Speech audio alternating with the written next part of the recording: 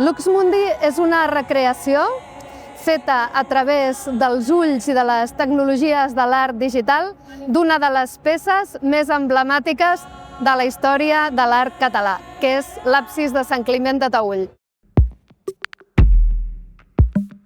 Tres morillas tan garridas iban a coger olivas.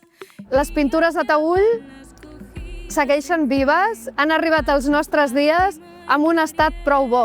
Podem imaginar-nos, podem traslladar-nos en el temps i que aquests artistes, tant fa 900 anys com ara, treballen amb les tècniques més avançades que existeixen i amb els llenguatges que són més del moment que els hi toca viure. I si el mestre de Taüll o el mestre de Sant Climent es trobés amb Alba G. Corral, The Silence, Massó, Hamil Industries i en la música de l'Starter Helena, n'estic segura que s'entendrien molt bé i que tindrien moltes coses que parlar i que compartir.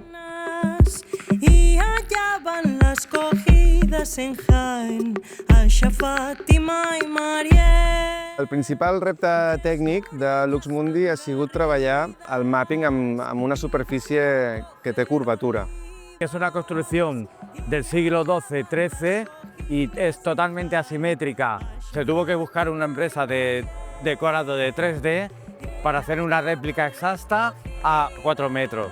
Hem fet una escena virtual on tenim aquesta estructura, on hem posat una sèrie de càmeres que coincideixen exactament amb el punt on estan els projectors i això ja fa que el contingut es pugui deformar per aquesta estructura tan especial.